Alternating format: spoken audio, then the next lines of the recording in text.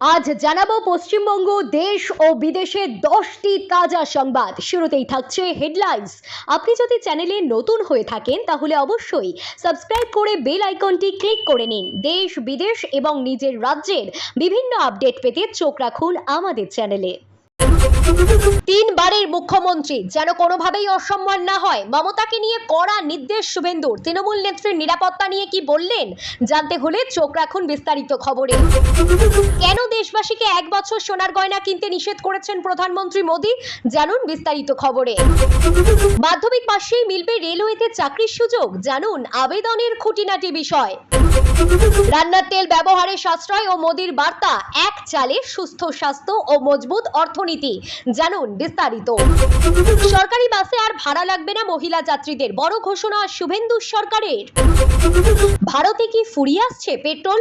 কোটা ব্যবস্থা নিয়ে বড় ঘোষণা করলেন নরেন্দ্র মোদী। পশ্চিমবঙ্গকে বাংলাদেশের সঙ্গে জুড়ে দেওয়া হবে, ওপার বাংলায় হুঙ্কার ইসলামী নেতার। মন্দির ও স্কুল চত্বরে থাকা 717টি মদের দোকানের তালা, মুখ্যমন্ত্রী হয়েই বড় পদক্ষেপ বিজয়ের। আগের মতোই নিরাপত্তা পাবেন পশ্চিমবঙ্গের প্রাক্তন মুখ্যমন্ত্রী তথা তৃণমূল নেত্রী মমতা বন্দ্যোপাধ্যায়। রাজ্যে নতুন সরকার গড়েই কড়া নির্দেশ মুখ্যমন্ত্রী শুভেন্দু অধিকারী। জানিয়ে দিলেন মমতার নিরাপত্তায় যেন কোনো রকম হেরফের না হয়, এমনকি মমতার যাতে কোনোভাবে অসম্মান না হয় তাও দেখার নির্দেশ দিয়েছেন শুভেন্দু অধিকারী। তবে অভিষেকের নিরাপত্তায় কাটছাঁট করা হয়েছে। তবে মমতা যেমন জেড প্লাস ক্যাটাগরি নিরাপত্তা পেতেন তা বহাল থাকবে। সোমবার বিকেলে সমস্ত স্তরের পুলিশ কর্তাদের নিয়ে নবান্ন সভাঘরে বৈঠক করেন শুভেন্দু। সেখানে তিনি বলেন মমতা বন্দ্যোপাধ্যায়ের নিরাপত্তা একই রকম বহাল থাকবে। উনি তিনবারের মুখ্যমন্ত্রী, সেই সঙ্গে দেখবেন ওনার যেন কোনো অসম্মান না হয়, বাড়ির সামনে কেউ যেন অসুবিধে করতে না পারে। তবে মমতা আগের মতো নিরাপত্তা পেলেও তৃণমূলের সর্বভারতীয় সাধারণ সম্পাদক তথা লোকসভার সাংসদ অভিষেকের নিরাপত্তায় ইতিমধ্যেই কাটছাঁট করা হয়েছে। শুভেন্দু জানিয়েছেন সাংসদের জন্য বরাদ্দ নিরাপত্তা পাবেন অভিষেক, নির্দিষ্ট সময় অন্তর বদলানো হবে নিরাপত্তা কর্মী। নবান্নের ওই বৈঠকে উপস্থিত ছিলেন বিনীত গোয়েলও। তাকে শুভেন্দু বলেন, আমি বিরোধী দলনেতা থাকাকালীন মনে আছে 2 জন নিরাপত্তারক্ষী দিয়েছিলেন, প্রতি সপ্তাহে বদল করে দিতেন নিরাপত্তারক্ষী। সোমবার মন্ত্রিসভার প্রথম বৈঠকে শুভেন্দু সিক্সার হাঁকিয়েছেন। সেখানে 6টি গুরুত্বপূর্ণ সিদ্ধান্ত নেওয়া হয়েছে। তাকে বলতে শোনা যায়, আমরা আশা করব এই সরকারের কোনো সিদ্ধান্ত নিয়ে আপনারা তো বটেই, বেঁচে থাকা কিছু মানে 2, 4, 5% সমালোচকরাও সমালোচনা করতে পারবেন না, সেই রকম সুযোগ দেবে না এই সরকার। পুলিশকে হাত খুলে কাজ করতে বলার পাশাপাশি শুভেন্দু বলেছেন, আগে যেমন ছিল যে বিরোধীদের সঙ্গে কথা বলতে পারবেন না, এবার আর তেমন কিছু নেই। প্রয়োজন হলে যে কোনো দলের জেলার নেতাদের সঙ্গে কথা বলতে পারবেন। আইনের আয়ত্তায় থেকে কাজ করুন। গত 15 বছরে অনেক কিছু করেছেন, আমিও ভুলে যাচ্ছি, আপনারাও ভুলে যান। প্রধানমন্ত্রী নরেন্দ্র মোদীর 1 বছরের জন্য বিয়ের গয়না কেনা নিয়ে বিরত থাকার আবেদনটি বেশ অস্বাভাবিক শোনাতে পারে, বিশেষত ভারতের মতো দেশে যেখানে ঐতিহ্য, সঞ্চয় ও পারিবারিক উদযাপনের সঙ্গে সোনার এক গভীর সম্পর্ক রয়েছে। তবে এই বক্তব্যের পেছনে লুকিয়ে আছে এক বৃহত্তর অর্থনৈতিক উদ্বেগ। বিশ্বব্যাপী জ্বালানি সংকটের মধ্যে ভারতের বৈদেশিক মুদ্রার রিজার্ভের ওপর চাপ এবং টাকার মূল্য হ্রাসের মূল কারণ এটি।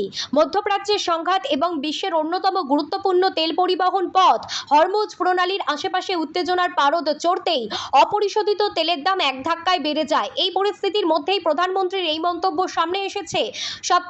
সাম্প্রতিক সপ্তাহগুলিতে আন্তর্জাতিক বাজারে অপরিশোধিত তেলের দাম প্রতি ব্যারেলে প্রায় $70 থেকে বেড়ে $126 পৌঁছেছে। এর ফলে ভারতের আমদানি ব্যয় প্রবলভাবে বৃদ্ধি পেয়েছে। জ্বালানির দাম তাৎক্ষণিকভাবে না বাড়লেও প্রধানমন্ত্রী মোদী বারবার পেট্রোল ও ডিজেলের ব্যবহার কমানো, বৈদেশিক মুদ্রা সংরক্ষণের প্রয়োজনীয়তার উপর জোর দিয়েছেন।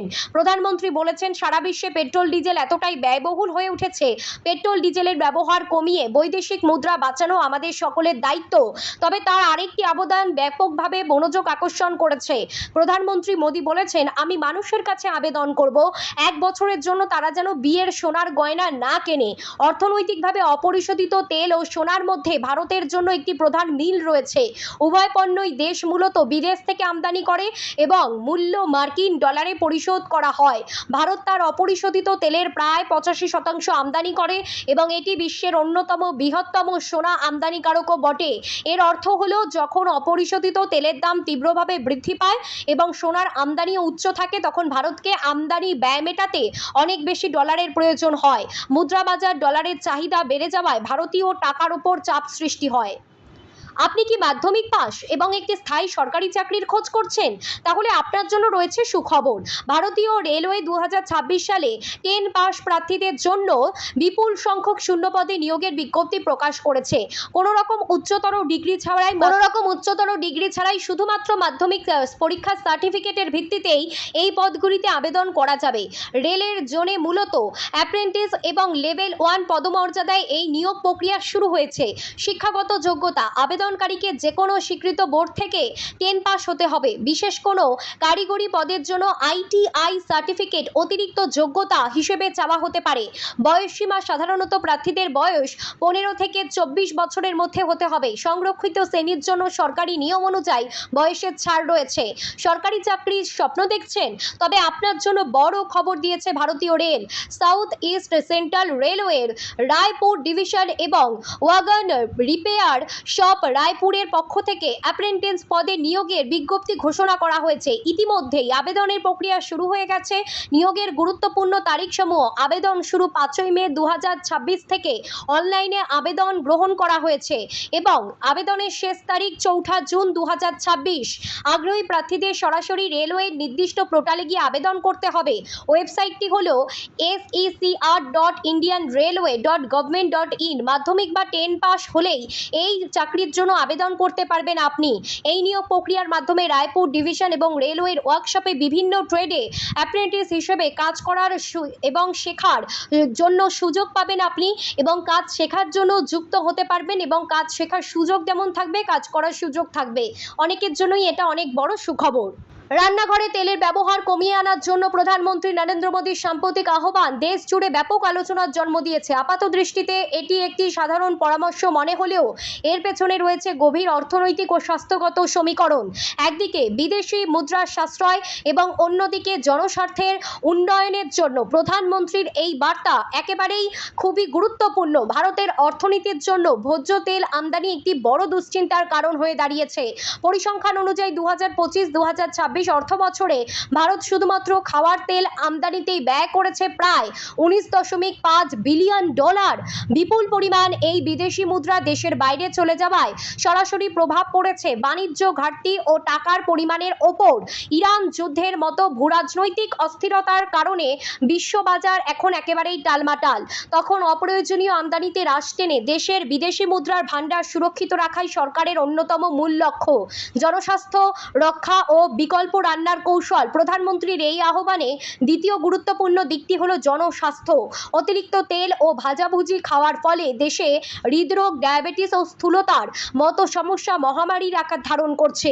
স্বাস্থ্য বিশেষজ্ঞদের মতে রান্নার ধরনে সামান্য পরিবর্তন আনলেই তেলের ব্যবহার বহু অংশে কমবে। সেদ্ধ খাবার, গ্রিল করা বা প্রেসার কুকারে রান্নার অভ্যাস এবং অধিকাংশ ক্ষেত্রেই আধুনিক এয়ার ফ্রায়ার প্রযুক্তি ব্যবহারে দারুণ কার্যকর হতে পারে বলেই মনে করা হচ্ছে। এছাড়া দই, টমেটো কিংবা ভেষজ মশলার ব্যবহারে খাবারের স্বাদ বজায় রেখেও তেলের প্রয়োজনীয়তা কমিয়ে আনা যাবে। মূলত সাধারণ মানুষের সচেতনতাই এই সংকটের প্রকৃত সমাধান।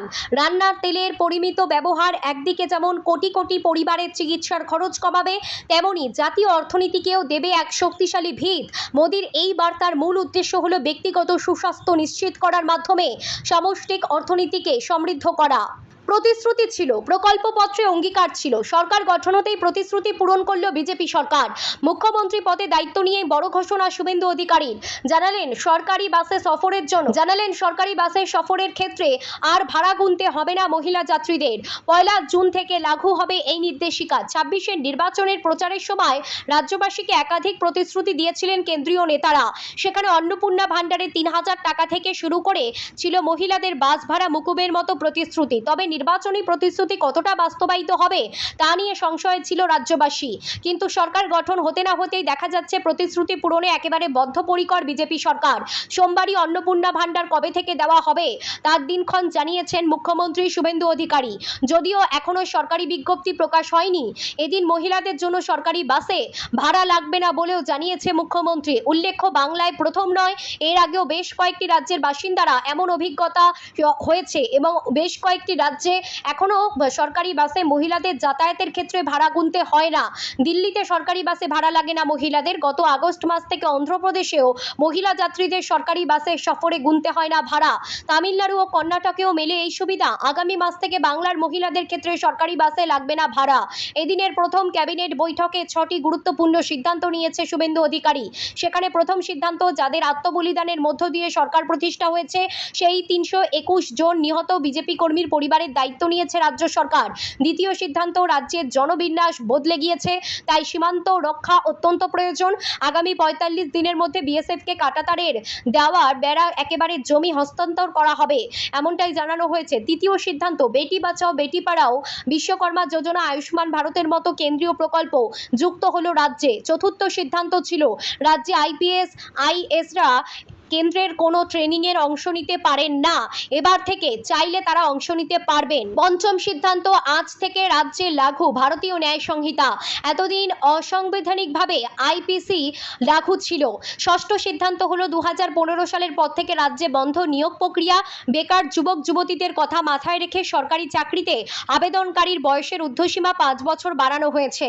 ইরান ও আমেরিকার মধ্যে চলমান যুদ্ধের প্রভাবে বিশ্বজুড়ে তেল সরবরাহ ব্যাহত হয়েছে এবং তেল সরবরাহ ব্যবস্থা বিঘ্নিত হওয়ায় ভারতে জ্বালানি সংকট নিয়ে তীব্র আলোচনা শুরু হয়েছে। খোদ প্রধানমন্ত্রী নরেন্দ্র মোদী গত 2 দিনে 2 বার জ্বালানি সাশ্রয়ের আবেদন জানিয়েছেন, এমনকি প্রয়োজনে ওয়ার্ক ফ্রম হোম এবং অনলাইনে ক্লাসের পরামর্শ দিয়েছেন।